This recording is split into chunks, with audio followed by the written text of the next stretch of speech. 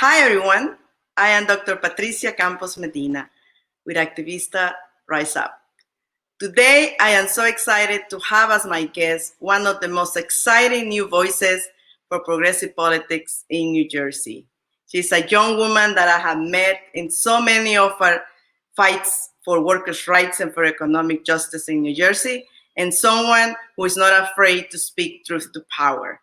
Imani Oakley. She's the host of Up From Now, Eyes on New Jersey, and with so many other organizations that we're going to get to talk to about today. Imani, welcome to the show. Hey, Patricia, how's it going? Hi, so excited to have you here today. Oh, I'm glad to be here. Yes, you know, when I saw your show and I saw all the energy and the passion, I said, "Oh my God, she did it! She claimed her space and took and claimed like the ability to speak in these forums." So I congratulate you for that, and I love your show, Eyes in New Jersey.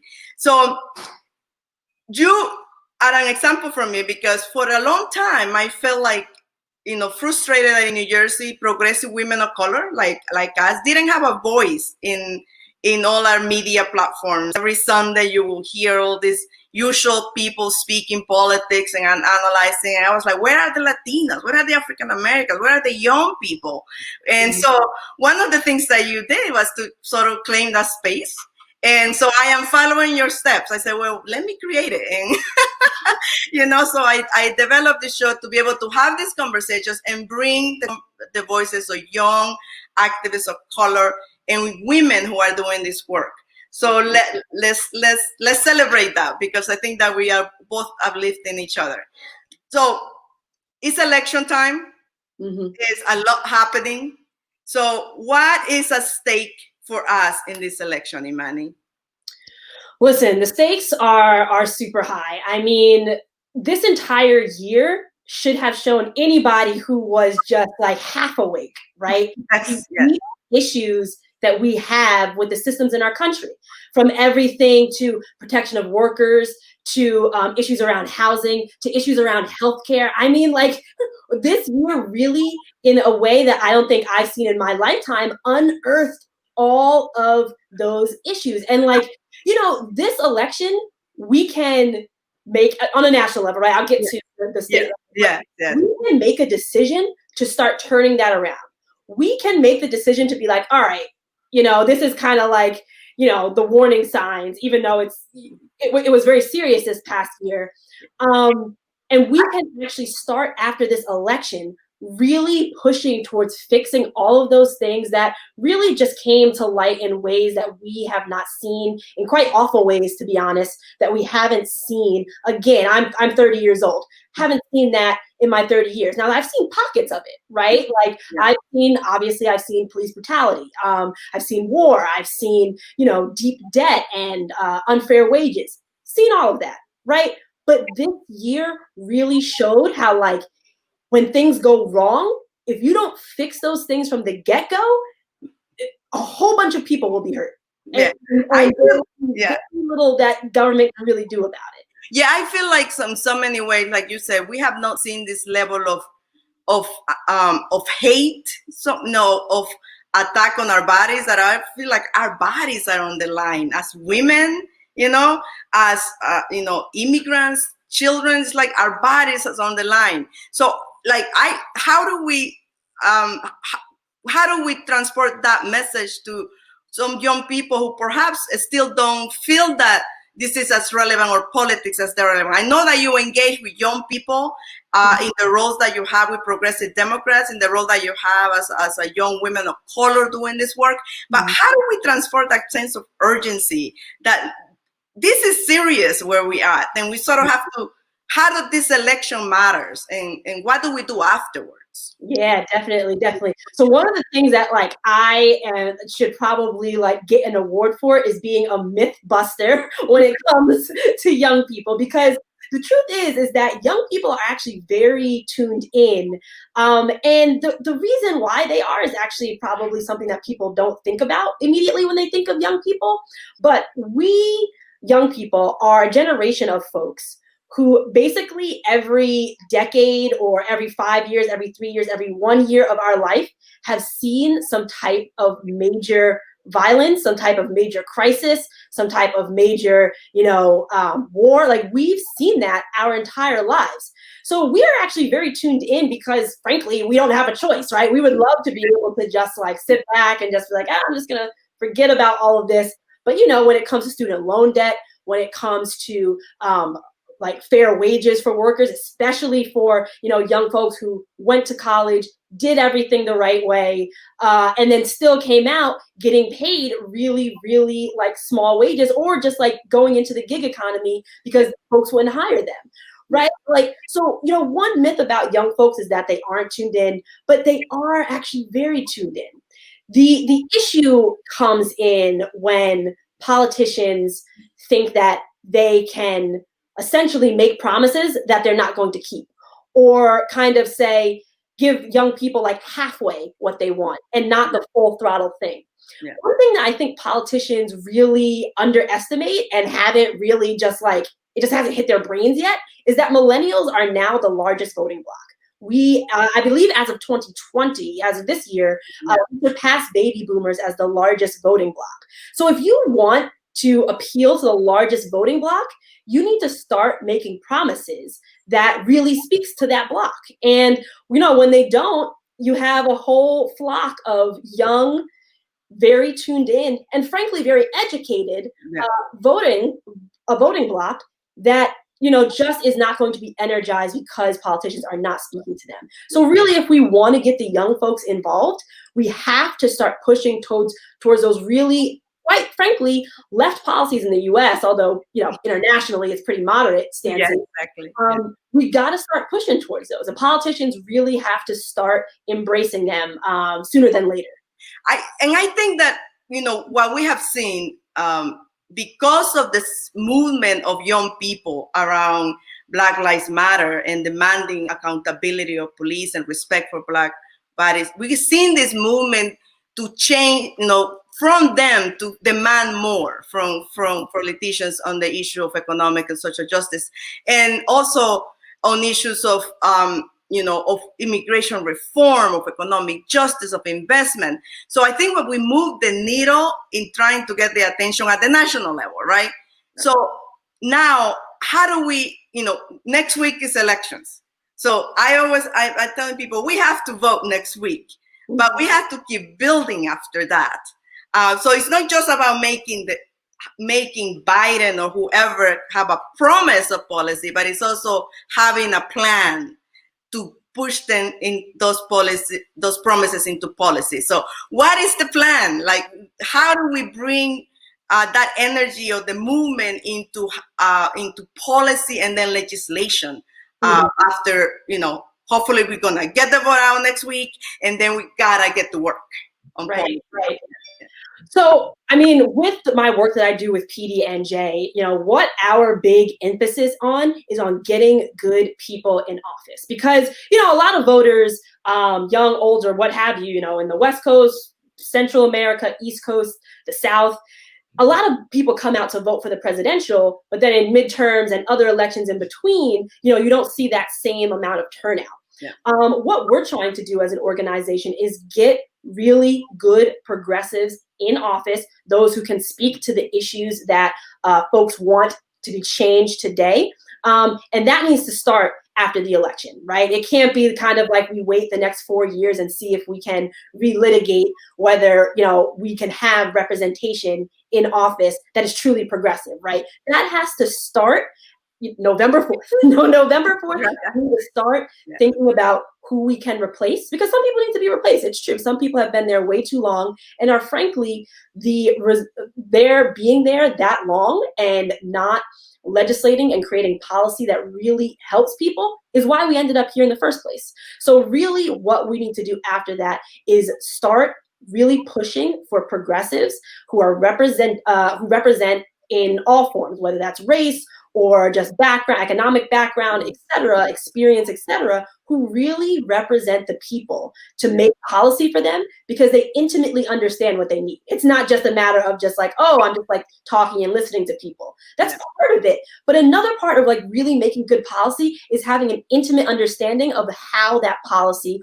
will change people's lives. And so with my work with PDNJ, you know, that's what we're pushing towards. We're pushing towards running real progressives for office. And how do we help them win in New Jersey, though? Because it's always so hard to break into the party system in the counties and to like figure out the ballot system. And how do we tackle that structural problem, but still, you know, understand that we're Democrats and we're hoping to make the Democrat more progressive. So how do we provide spaces for young people to jump in there and like say, I'm running and I'm gonna win and this is my plan? Well, the most critical thing that we can absolutely do is to abolish the line in New Jersey.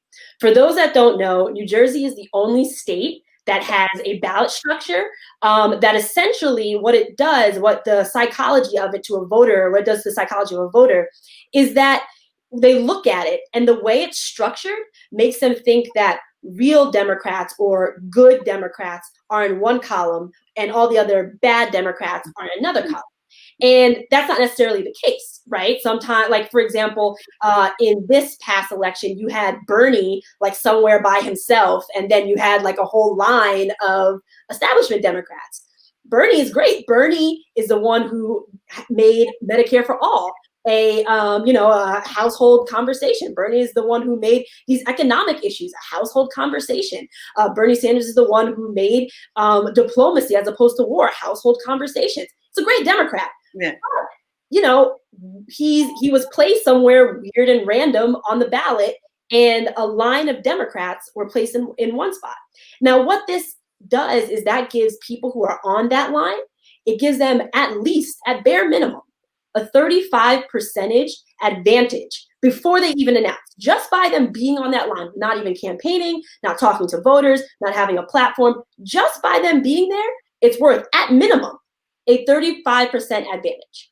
And the way they get on that line, it's not that voters vote for them to be on the line and voters vote to see who will be there. They're chosen by county committee people and by party insiders. And essentially, you know, that makes it very, very hard for young people to run and win, makes it extremely hard for progressives to run and win, makes it extremely hard for anyone, people of color, women, etc., who historically do not have these political connections to run and win races in New Jersey. So the most important thing we have to do right now is to get rid of the line. Right now, PDNJ has a lawsuit going. If you want to donate to that, you can go to our website and donate to that legal fund, because we are funding a lawsuit to get rid of the line. The other way is to pressure your legislators. That's really hard because all the legislators who are currently in their seats run on the line.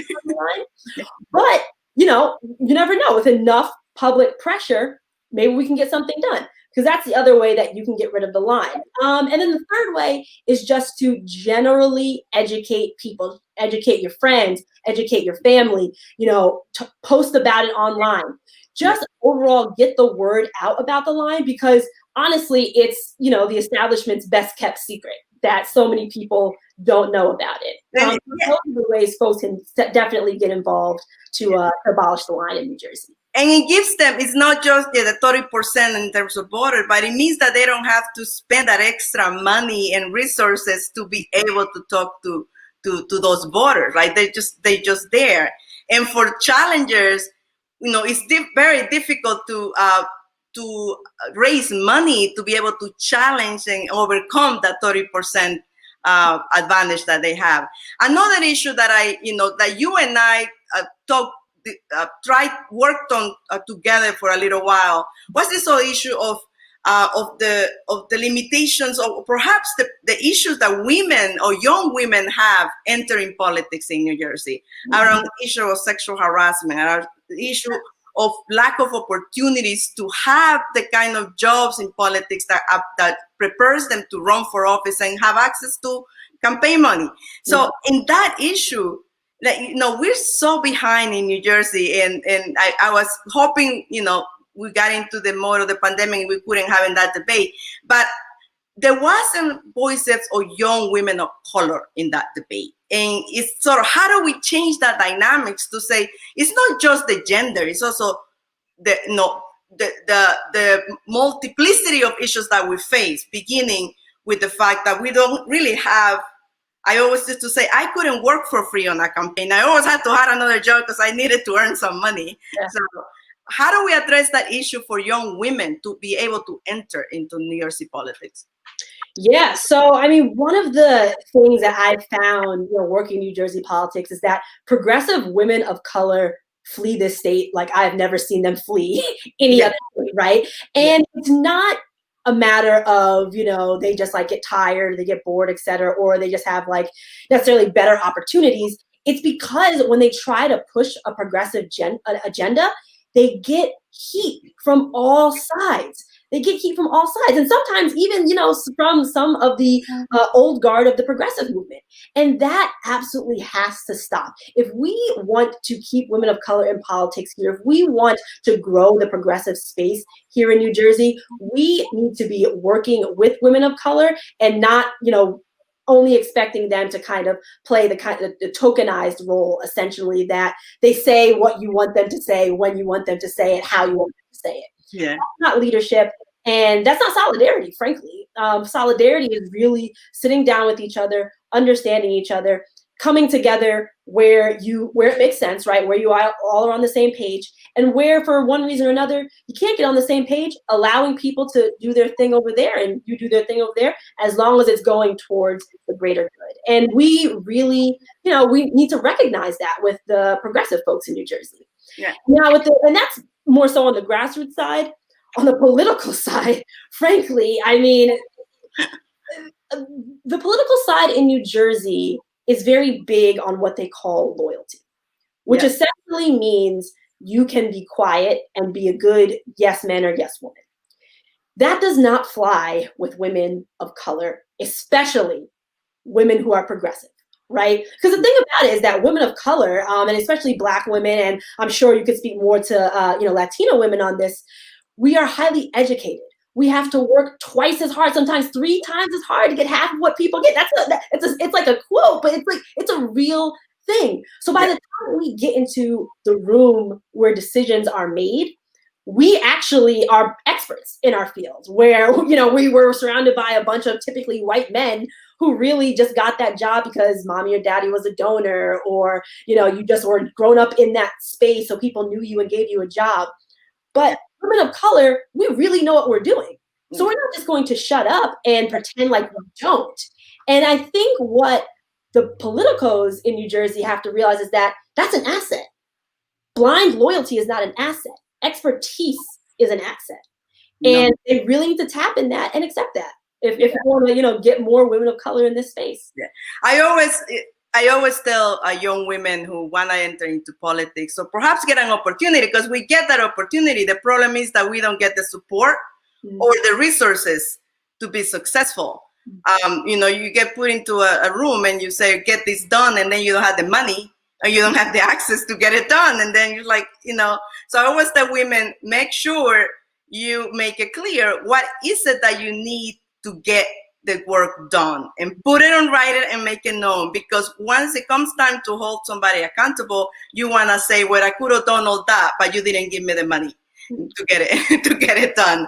Because I think that's how I sort of survive in this business. Like you, I am super educated. I usually have more degrees than anybody in some of those campaigns, and I always felt like I always had to convince them that somehow I could do it. So it's surprising that we're still in that moment in politics in New Jersey. But let me, I know a lot about what you do, where all the great, the courageous things that you've done in politics in New Jersey at such a young age.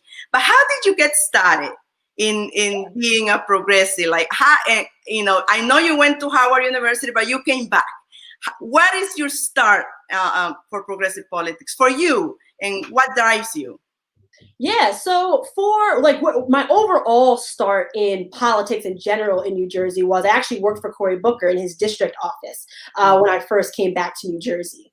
And then, what happened was I basically kept getting more pushed left and left and left with regards to where I worked. Because where I was internally was that I was a full-on progressive. Like I supported Bernie in 2016. Like I was like full throttle there. I was sold. But one of the things is when you're a young person just getting a job, you got to kind of figure out where you can get your foot in the door and then grow from there. So I got my foot in the door in Booker's office. But just to be frank and honest with you, I did not like some of the hesitation that office had with regards to going full throttle with progressive policy. Now, there are some things that really came out that were pretty progressive, like the federal jobs guarantee and baby bonds, right? But they weren't leaned into. And in my opinion, this past presidential primary for the Democrats had Bernie Sanders, who I like to call like the OG progressive, like he had that brand. Yeah. You had Elizabeth Warren, who had the brand of the woman progressive. And I felt like the lineup was just begging for a solid progressive of color. Yeah. I felt as though, Cory Booker had the money, the name recognition, all the things that he would need to really push for that. And he didn't. And, that's what made me start getting on this path to really pushing towards finding progressive spaces and being able to work in them. I went on to then become a campaign fellow for Movement School, which is an organization that actually I currently work for, that their entire mission is to teach marginalized folks, especially Black and brown folks, how to run campaigns and specifically progressive campaigns at a very high expert level. And I was a fellow with them. And from there, it was just like, I made my way into a bunch of progressive spaces and, the rest is history. Yeah. My first step was working in Booker's office and then just kind of seeing like, this isn't really for me. Like, I really want to push towards the future and then going and making the leap to do that. Yeah, I feel like, the big shift in progressive politics in the country, I think, is that we have seen how being middle of the road and just accepting the status quo really got us into this mess. So I think that the shift is that during the 90s, 90, maybe early 2000 was like the Bill Clinton policies were like middle of the road. Like can we work with, giving some tax breaks and enacting some fair policies. But so this middle of the road that basically got us to this economic mess. So coming out of the 2000s, people didn't want middle of the road anymore. They want a vision. They want new ideas, new policies, because how are we going to get out where we are? So I think that's what people like Bernie, who inspired a new way of thinking, and Elizabeth Warren too, because she was very courageous on some of the things that she did, basically opened up the space for all of us to say, wait a minute, the middle of the road ain't so cool anymore. Yeah. And I might even go all the way back to Obama. I mean, there were policy mistakes that the Obama administration made, right, that really didn't get solved by the time we got to 2016 and that whole race. Yeah. But, for the time, Obama was like, that was like, hardcore. I always tell people, folks never believe that there could be a Black president. Like, there's literally a movie called, it's called like some Head of State or something like that with Chris Rock. And it's a comedy movie about a Black man president. And I always point that out to people where it's like, so little people had faith that a Black man could be president in this country that they even made comedy movies about it, right? Yeah. So when Barack Obama came along, that like blew open the possibilities in people's minds. Like, I would argue without a Barack Obama, you don't get a Bernie Sanders at that level, at the presidential level. You don't get AOC and all the rest of the squads. Like, you don't get that without the Obama win. And I think that was a turning point, I think, for a lot of folks. Again, not discounting, the mistakes that were made in that administration, right? But purely politically and symbolically, what Obama represented was incredibly important for us to get where we are now, having these conversations and pushing more and more towards the left. And giving power to the voice of minority voters and Black voters and the multiracial coalition. I totally agree with you, because it was the first time that we saw ourselves being out there as the head of the most powerful country in the world. So I totally agree with you. I think that the lesson we learned from the Obama years, and we were able to get Obamacare and get more people covered. We were able to get some critical things for our community. I think the lesson we all learn as activists, as progressives, is that we stop organizing at the ground level. We stop organizing our communities to keep him accountable, but also keep the system accountable to what the people were expecting. So I hope that we have learned a lesson that we cannot leave what if Biden gets elected, that we cannot just hope that he will change the vote, right? We have to be there pedaling with him. So are we prepared, do you think, to take over and continue the movement after November 3rd, so that we can force those policy changes that we were not able to finish and complete under Obama? Yeah, no, I definitely think people are ready. I think people are ready. And let me actually parse that out a bit, because there are, I'll be honest with you, there are some people that are just upset at Trump because he brings out such bad things in this country that they're forced to pay attention to these bad things. Because a lot of the stuff that, Trump has done that's bad has been stuff that, to one degree or another, has already been happening in this country. He just turned it up 1,000 and just pointed a mirror to America and be like, this is all the crud that we have to take care of. Information to people to say things that we're thinking. No, exactly. And so, I do expect for some folks to kind of turn back off when it comes to that, because they'll think, somebody else is in office. Biden's there. I don't even have to pay attention to anymore. I saw somebody the other day tweet something I can't wait till this is over so I can go back to not paying attention. Right. And it's so some folks are in that mindset. But I think the grassroots and the activist spaces and even the progressive political spaces, we're ready, man. We're ready to go. We are very ready. So we know what's at stake on November 3rd at the national level. I think we know that. What's at stake for New Jersey progressives here in New Jersey? What do we have to do to move the boat forward in progressive politics in New Jersey? Yeah, we gotta get rid of the line. We gotta get rid of the line. That's really the biggest barrier, because if you actually look at our demographics, and if you look at, even when you take polls of just progressive policies and initiatives, the people, the voters, love those things, right? It's not debatable when you actually look at the data and things like that. We could be comparable to, say, New York City or places in California when it comes to how far along we are with progressive conversations and progressive elected officials. But that huge boulder of a barrier called the ballot line is really, really stopping that. And, one of the things that, the powers that be in New Jersey, the party boss that try to do from time to time is put up somebody who can sell progressive. Yeah. But when it comes time to those backdoor deals and those conversations, they fold and they're not really out there and fighting full throttle for the people. They're fighting full throttle for their career.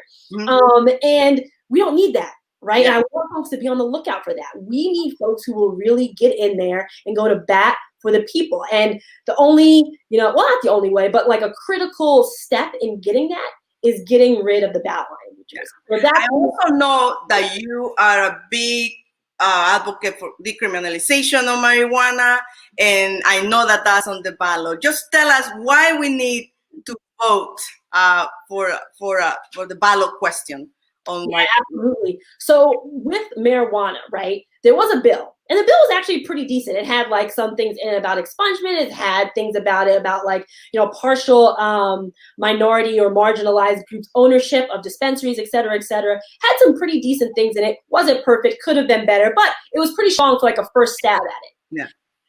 That was essentially blocked because we do not have progressive elected officials by and large in New Jersey. And then the conversation just got broken down and broken down and broken down until it was like almost we weren't going to get legalization at all. We were just going to do decrim.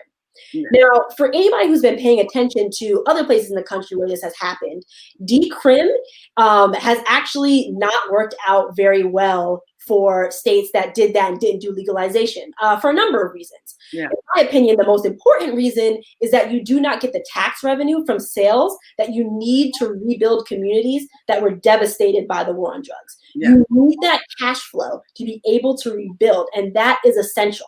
So what happened was the legislature decided to say, like, here, let's just give it to the people and do a referendum since we can't get it together. And now it's on the ballot. And it's on the backside of the ballot. So, you know, anybody watching this show, if you haven't voted yet, you know, make sure you flip over your ballot and vote for that. But what this will essentially do, and hopefully it passes, is that it will now force our legislators to actually like regulate, because they have to at this point. The people get to work. Right. So this is not the end all be all, right? I want to make that very clear to anybody watching this. This is not the end all be all. There will have to be, you know, things that are put in place after November 3rd, after Election Day, to get, you know, all the things that we want out of legalization. But it serves as a critical catalyst, because there are experts who say that if we don't do it this time in New Jersey, it could be another 5 years before we get any type of movement on marijuana in New Jersey. And that's, you know, that's 5 more years of no revenue. That's 5 more years of people being arrested. That's 5 more years of incarceration. Like, that's 5 more years of just devastation that we don't need. And frankly, like, if we're truly a blue state, we should be past it. Should be ahead of this, ahead of this issue. Our bodies are on the line next week. We have critical choices to make at the national level. We have critical people to vote for in New Jersey along, you know, we have to keep the House and the Senate. So we have to vote down there, but let's go down and vote for the legalization. Yes on number 1 and no on number 3. So so thank you for taking the time, Imani, to be with me. And let's get it done next week. Let's get people out to vote. Let's get our progressive politics a chance after November 3rd. So I'll see you out there, Imani. Thank you so much for having me. Again, thank you, and thank you for the platform you created for progressive women to continue speaking truth to power. So thank you.